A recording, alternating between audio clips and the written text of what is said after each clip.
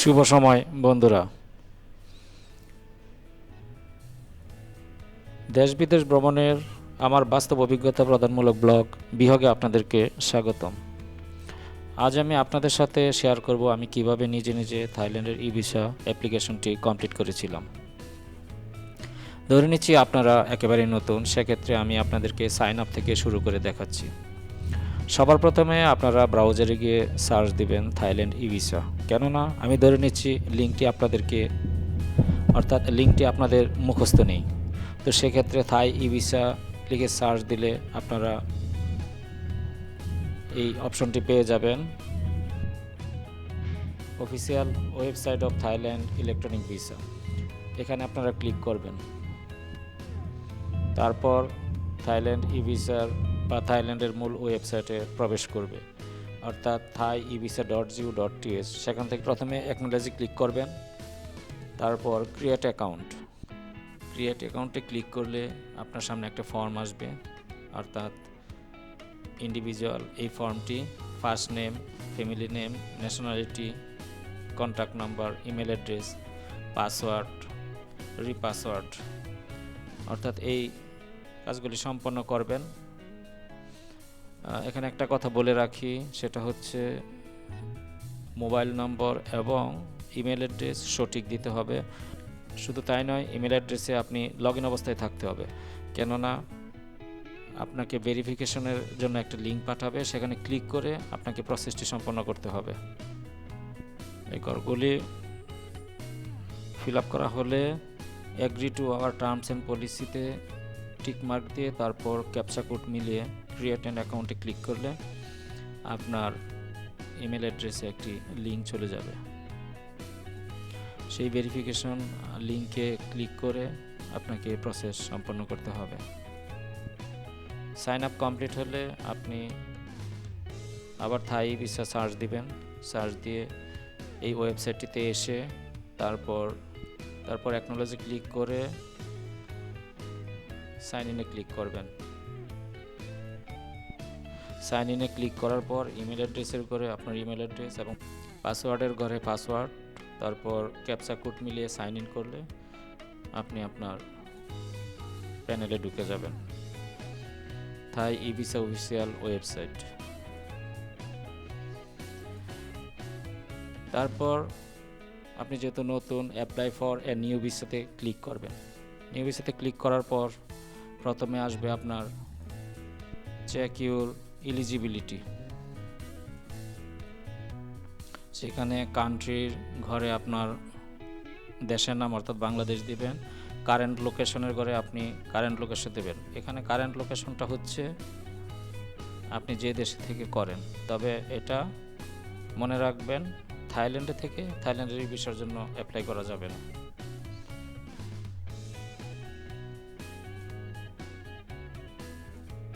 তারপর apply at royal Thai embassy, Dhaka. Purpose of ভিজিটে আপনি ট্রাভেল ডকুমেন্ট টাইপ দিবেন অর্ডিনারি পাসপোর্ট, ভিসা টাইপে দিবেন ট্যুরিস্ট ভিসা। পারপোজ অফ ভিজিটে ট্যুরিজম সিলেক্ট করবেন, সাধারণত আমাদের এটাই হবে।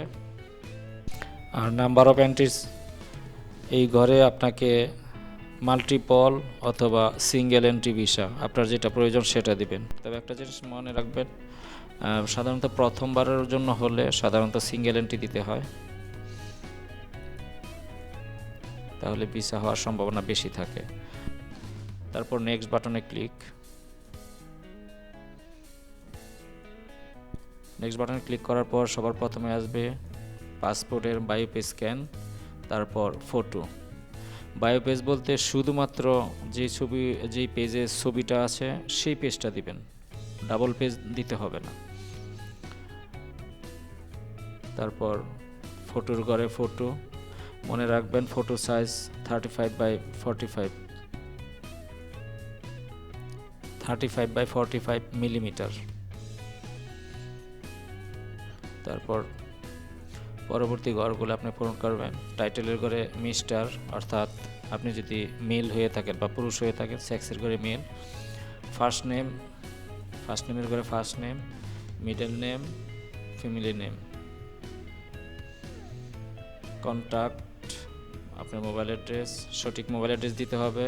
ইমেলের ঘরে আপনার রানিং ইমেল অ্যাড্রেস দিতে হবে। ন্যাশনালিটি বাংলাদেশি, অর্থাৎ ন্যাশনালিটি বাংলাদেশ। তারপর do you hold any other nationality, সাধারণত এটাকে আমরা নো ধরে নিচ্ছি, যদি কারো থাকে তখন ইয়েস হবে। ন্যাশনালিটি অ্যাট বার্থ, এটা Bangladesh. Place of birth Bangladesh. City of birth, এখানে সাধারণত জন্মস্থানের জেলা হবে। তারপর date of birth, marital status, আমি যেহেতু বিবাহিত তাহলে আমি মেরিট দিয়েছি। ট্রাভেল ডকুমেন্টের ঘরে type of travel document, passport.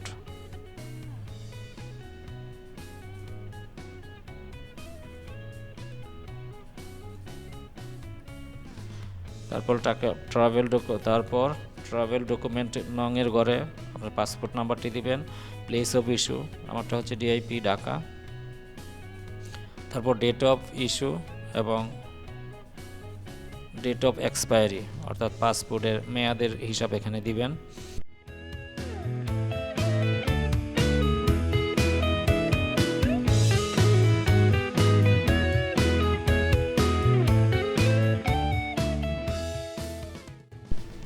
Date of issue, date of expiry. তারপর অ্যাড্রেস ইনফরমেশন, এখানে আপনি আপনার হোম অ্যাড্রেস দিবেন, স্থায়ী ঠিকানা পাসপোর্টে যেটা আছে, ঠিকানা। তারপর কান্ট্রি বা টেরিটরি, এখানে বাংলাদেশ হবে। স্টেটসের ঘরে হবে ঢাকা, অর্থাৎ আমারটা হচ্ছে ঢাকা। এই স্টেট বলতে আপনি আপনার বিভাগ, আপনি আপনার বিভাগ দিবেন। তারপর সিটিতে সাধারণত জেলা হয় বা শহর, যেটা আপনার পাসপোর্টে থাকবে সেটা দিবেন। পরবর্তীতে is your permanent address same as your current address, অর্থাৎ আপনার যদি সেম অ্যাড্রেস থাকে দুইটাই তাহলে আর লিখতে হবে না, তাহলে ইয়েস ডিফল্ট হিসেবে দেওয়া আছে। আর যদি ডিফারেন্স থাকে যে আপনি বর্তমান ঠিকানা আলাদা, সেক্ষেত্রে আপনি নো দিয়ে তারপর আপনাকে ফিল আপ করতে হবে। যেহেতু আমারটা সেম অ্যাড্রেস, তাই ডিফল্ট হিসাবে ইয়েস দেওয়া আছে, সেটাই আমি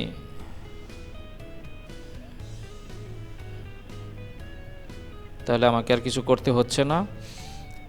এবং এমপ্লয়মেন্ট ডিটেলসের ঘরে অকিউপেশন, আমার পেশা কি, এখানে হবে এমপ্লয়ি, আমি চাকরিজীবী। কোম্পানি নেমের ঘরে কোম্পানি নেম, স্টুডেন্ট হলে ইনস্টিটিউশন। এরপর অ্যানুয়াল ইনকাম, সাধারণত আপনারা এটা সর্বনিম্নই দিবেন, অর্থাৎ $20,000। তারপর next.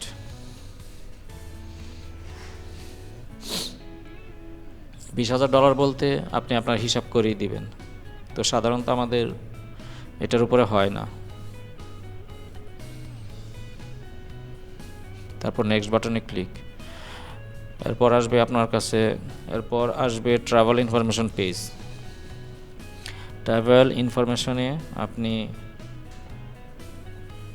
Intended date of arrival, intended date of departure, অর্থাৎ কত তারিখে সম্ভাব্য তারিখ কত এবং ফিরে আসার তারিখ কত, এটা আপনি বসাবেন। মনে রাখবেন এটা আপনার ফ্লাইট বুকিং এবং হোটেল রিজার্ভেশন দেখে আপনি করবেন। লাস্ট পোর্ট অফ এম্বার্কেশন, অর্থাৎ কোন জায়গা থেকে আপনি দেশ ত্যাগ করবেন, সেটা নর্মালি আসছে বাংলাদেশ, আমরা বাংলাদেশতে যাচ্ছি। তারপর পোর্ট অফ অ্যারাইভাল, স্বাভাবিকভাবেই এয়ার, যদিও এয়ার ছাড়া আগে ব্যবস্থা ছিল, ল্যান্ডের ব্যবস্থা ছিল, বাই রোডে ছিল, তো সেইগুলি এখন আর অ্যাভেলেবল নয়। First arrival port in Thailand city, এটা নর্মালি সুবর্ণভূমি হয়, কারণ ব্যাংককের মেন বিমানবন্দর এটা। এটা ছাড়াও হতে পারে, তো আমার যেহেতু সুবর্ণভূমি ছিল আমি এটা সিলেক্ট করেছি। আপনার যেটা সেটা আপনাকে সিলেক্ট করতে হবে। Mode of transport schedule commercial এটি দিতে হবে। আর ফ্লাইট নংয়ের ঘরে আপনাকে দিতে হবে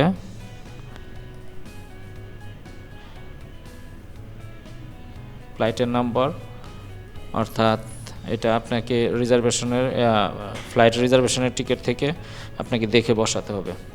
ফ্লাইট রিজার্ভেশন এখানে কিন্তু আপনাকে কনফার্ম ফ্লাইট বুকিং দিতে হবে না, এটা আপনার জাস্ট রিজার্ভেশনের বিশেষ কিছু সিস্টেম আছে, অর্থাৎ টাকা খরচ না করে, যাতে টাকা অপচয় না হয়। কেননা আপনি যদি কনফার্ম রিজার্ভেশন দেন, তো যদি আপনার ভিসা না হয় তাহলে অনেক টাকা আপনার ফেরত কাটা যাবে বা ফেরত নাও পেতে পারেন, অনেক কিছু হতে পারে। তাই এক্ষেত্রে আপনাকে শুধু বুকিং কপি দিলেই হবে। আর বুকিং কপি কীভাবে করবেন সেই ব্যাপারে যদি আপনারা উৎসাহ প্রকাশ করেন তাহলে আমি আপনাদেরকে পরামর্শ দিব বা ভিডিও দিব, অর্থাৎ আপনারা কমেন্ট করে জানাবেন। তারপর have you ever visited Thailand, have you ever applied for Thai e visa, এখানে দুইটা আমার ইয়েস হবে। আপনার যদি ইয়েস হয় ইয়েস দিবেন, না হলে নো দিবেন। Are you travelling as part of a tour group, এই ক্ষেত্রে আমার নো, তাই আমি নো দিয়েছি। তারপর অ্যাকোমোডেশন ইন থাইল্যান্ড, অর্থাৎ এটা হচ্ছে হোটেল, কোথায় আপনি থাকবেন। সাধারণত আমরা হোটেলেই থাকি, স্পেশাল কেউ হতে পারে আত্মীয় স্বজন, সেই ক্ষেত্রে আপনারা আপনাদের মতে দিবেন।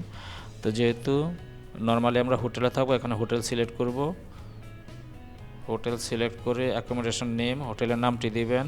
স্ট্রিট অ্যাড্রেসের করে স্ট্রিট অ্যাড্রেস, সিটি আপনার বুকিং কপি দেখে করে নিতে হবে। এক্ষেত্রে বুকিং করতে হোক আপনার, এক্ষেত্রে বুকিংয়ের বিষয়েও আমি আপনাদেরকে বলে রাখি, আপনাদেরকে কনফার্ম বুকিং দিতে হবে না, বা কনফার্ম বুকিং দিলেও কিভাবে টাকা ছাড়া আপনি কনফার্ম বুকিং বা বুকিং দিবেন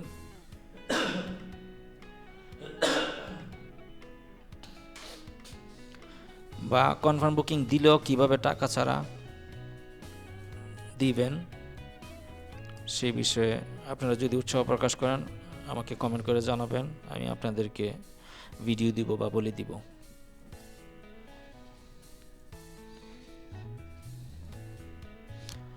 বুকিং কপি থেকে বিস্তারিত দেখে দেখে আপনি এই ঘরগুলি ফিল আপ করবেন।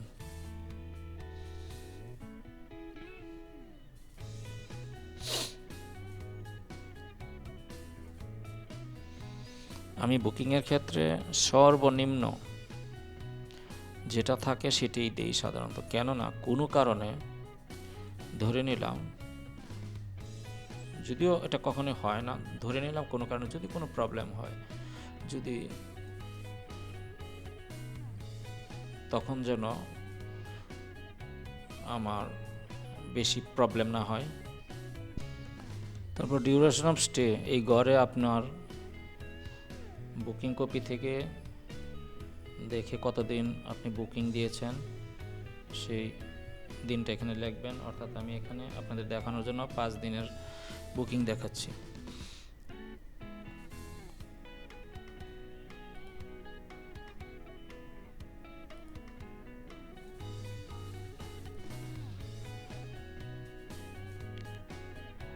তারপর আপনার এডিশনাল অ্যাকোমোডেশন ইন থাইল্যান্ড, অর্থাৎ ইয়েস নো, আপনি যদি অনেক দিন থাকেন, যদি 2টা বা 3টা হোটেল বুকিং থাকে, সেক্ষেত্রে আপনি এডিশনালের ইনফরমেশন দিবেন। আর ডকুমেন্টস স্ক্যান করার সময় একটা মার্জ করে পিডিএফ করে নেবেন, 2টা হোক 3টা হোক। এক্ষেত্রে আমি কিন্তু এই মুহূর্তে আপনাকে যেহেতু 5 দিনের দেখাচ্ছি, তাহলে একটা বুকিংই দেখাচ্ছি। আর বলে রাখি, আমি নিজে যখন অ্যাপ্লাই করেছিলাম আমি নিজে 2টা দিয়েছিলাম। তারপর ডানে ক্লিক করবেন।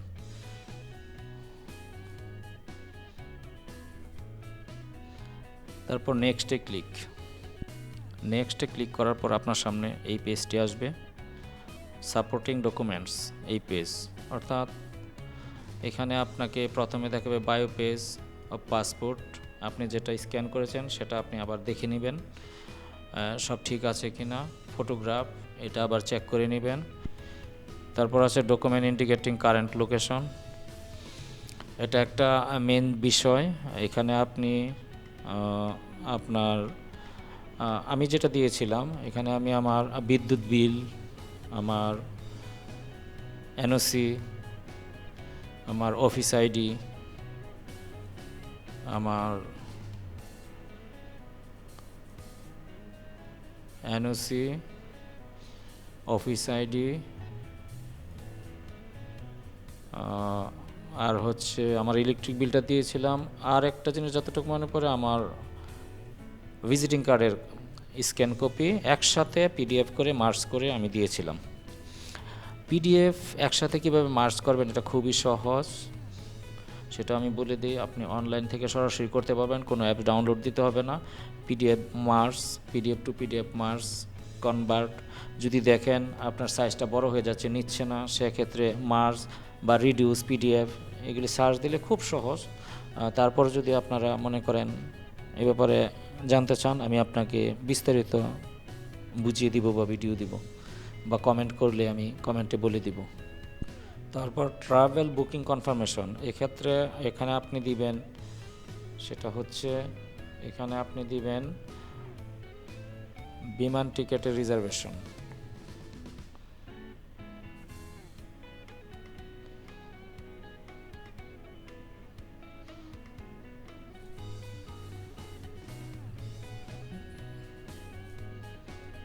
বিমান টিকেটের রিজার্ভেশন, তারপর proof of accommodation in Thailand, এখানে আপনি আপনার হোটেল বুকিংয়ের কপি দিবেন। আর সবশেষে যেটা আছে ফাইন্যান্সিয়াল এভিডেন্স, এখানে আপনাকে দিতে হবে সবচেয়ে গুরুত্বপূর্ণ ডকুমেন্টস, অর্থাৎ আপনার ব্যাংক স্টেটমেন্ট এবং ব্যাংক সলভেন্সি, এই দুইটাকে আপনি একসাথে পিডিএফ করে তারপর আপলোড দিবেন। এক্ষেত্রে বলে রাখি, থাইল্যান্ডের যে অ্যামাউন্টটা দেওয়া আছে এটা সাধারণত 1 লাখের মতো হলেই হয়, কিন্তু আপনারা মাথায় রাখবেন বেশি দিলে তো সমস্যা নেই। তো ভিসা পাওয়ার সম্ভাবনার জন্য আপনি কয়েক লাখ টাকার উপরে থাকতে হবে। যদিও এটা কোনো বাধ্যবাধকতা নেই, এম্বাসি যা মনে করে, এম্বাসি যাকে মনে করে তাকে দিয়ে দিতে পারবে, তবে মিনিমাম কয়েক লক্ষ টাকা না থাকলে সাধারণত একটু ভরসা কম আর কি। তো এক্ষেত্রে 3 মাসের স্টেটমেন্ট দিলে হয়, কিন্তু আমি দিয়েছি 6 মাসের স্টেটমেন্ট এবং bank solvency.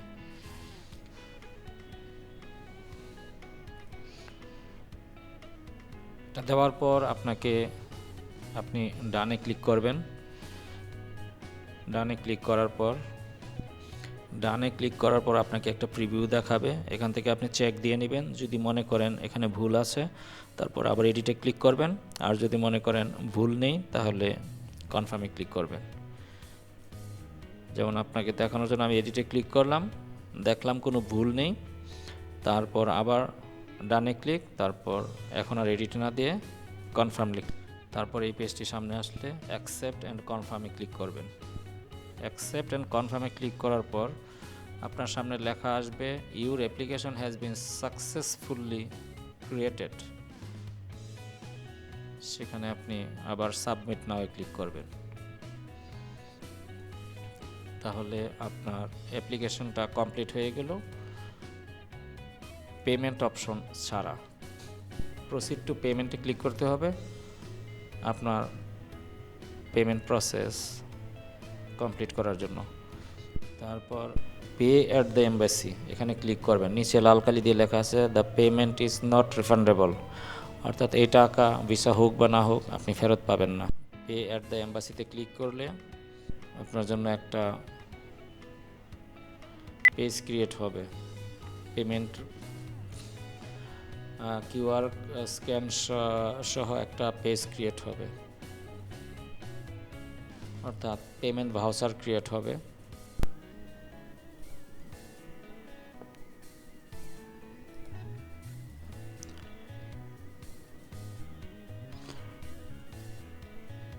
Pay at the এম্বাসিতে click করলে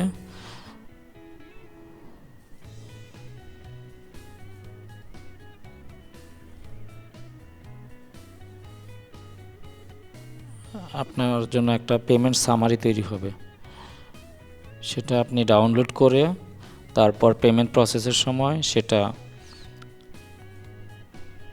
আপলোড দিবেন। পেমেন্ট সামারিতে একটা বড় কিউআর কোড থাকবে, আমি আপনাকে দেখাচ্ছি কিভাবে আপলোড দিবেন। তো এখানে পেমেন্ট সামারি যেই পেজটি আপনাকে দিবে এবং যেটা ডাউনলোড করবেন সেটার নিচে আপনার কোথায় গিয়ে আপনি পেমেন্ট প্রসেসটি কমপ্লিট করবেন সেই ঠিকানাটা দেওয়া আছে, অর্থাৎ কমার্শিয়াল ব্যাংক অফ সেলন, এই ব্যাংকে গেলে আপনাকে হবে, অথবা নিচে যে ঠিকানা আছে এখানে আপনাকে ক্লিক করলেই হবে। এটা হচ্ছে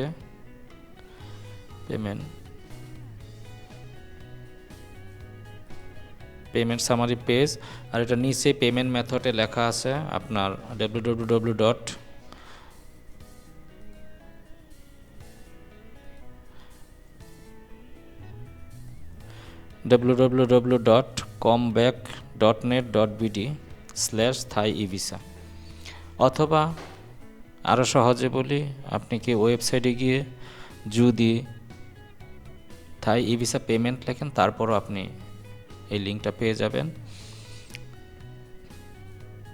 তারপর এই লিঙ্কে আপনি ক্লিক করবেন, ক্লিক করে ওয়েবসাইটে গিয়ে থাই ই-ভিসা পেমেন্ট লিখলে আপনার এই ওয়েবসাইটের সামনে আসবে, welcome to Thai e-visa payment. এখানে নিচে লেখা দেখতে পাবেন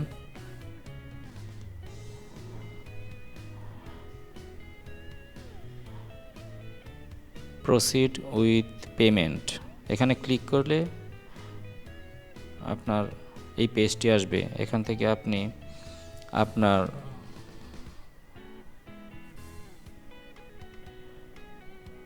পেমেন্ট সামারির যে পেজটি ডাউনলোড করে রেখেছিলেন কিউআর কোড সম্পৃক্ত যেই পেজটি আপনি ডাউনলোড করে রেখেছিলেন সেটা আপনি এখানে আপলোড করে দিবেন। আপলোড করে দিয়ে তারপর অ্যামাউন্টের ঘরে সঠিক অ্যামাউন্টে লিখবেন, তারপর ক্যাপচা সঠিকভাবে বসিয়ে সেভ অ্যান্ড কন্টিনিউতে ক্লিক করবেন। সেভ অ্যান্ড কন্টিনিউতে ক্লিক করলে আপনি পেমেন্ট প্রসেসে কিভাবে টাকা পেড করবেন সেটাতে চলে যাবে। এক্ষেত্রে একটা কথা বলে রাখি, আপনি যদি অফিস খোলার সময় 9টা থেকে 12টার ভিতরে করেন শুধুমাত্র তখনই পারবেন, তাছাড়া আপনার পেমেন্টটি গ্রহণযোগ্য হবে না।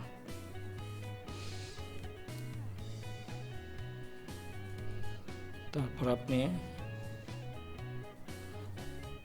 সেভ অ্যান্ড কন্টিনিউতে ক্লিক করার পর সামনে আপনার পেমেন্ট প্রসেস চলে আসবে, সেখানে আপনার বিস্তারিত তথ্য বসাতে হবে। মনে রাখবেন পাসপোর্ট নাম্বার, আপনার যে তথ্যগুলি দেওয়া আছে এখানে রিকোয়েস্ট নাম্বারটা হচ্ছে মেন, আপনাকে রিকোয়েস্ট নাম্বারটি সঠিকভাবে বসিয়ে তারপরে পেমেন্ট প্রসেসটি কমপ্লিট করতে হবে।